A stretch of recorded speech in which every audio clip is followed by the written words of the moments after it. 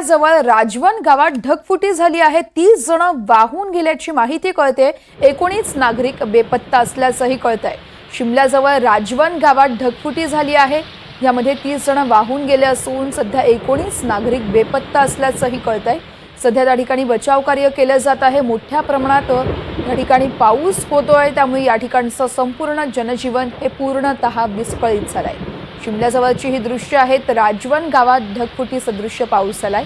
या संदर्भात अधिक माहिती जाणून घेऊयात। आमचे प्रतिनिधी महेश बागल आपल्याला अधिक माहिती देत आहेत। महेश, आपण पाहतोय शिमल्यातील राजवन गावात ढगफुटी सदृश्य पाऊस झालाय आणि त्या ठिकाणी 30 जण वाहून गेल्याचंही कळतंय। सध्याचे अपडेट्स। नक्कीच हिमाचल प्रदेशातील मान्सूनच्या पावसाने कहर केलेला आहे। हिमाचलमधील अनेक जिल्ह्यातील माणिकर्णातील मलान गावात बांधण्यात आलेला एक वीज प्रकल्प जो होता त्याचा बांध फुटलेला आहे। पाऊस एवढा पडत आहे की हा बंधारा फुटून खोऱ्यात वाहून गेलेला आहे। त्यामुळे एकच परिसरामध्ये खळबळ माजलेली आहे। मध्यरात्रीपासून पडत असलेल्या पावसामुळे नद्याही आता धोका पातळीच्या वर गेलेल्या आहेत।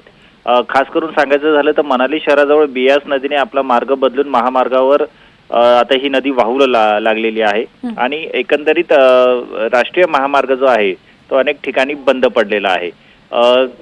हवामान खात्याने या अगोदरच इशारा दिलेला होता की मोठ्या प्रमाणात पाऊस होणार आहे, त्यामुळे तशा प्रकारची प्रशासनाकडून तयारी सुद्धा करण्यात आलेली होती। आता जे या पुरामुळे पीडित आहेत त्यांना योग्य ठिकाणी हलवण्याचं काम सुरू करण्यात आलेलं आहे आणि लेह मनाली हायवे हा बंद करण्यात आलेला आहे।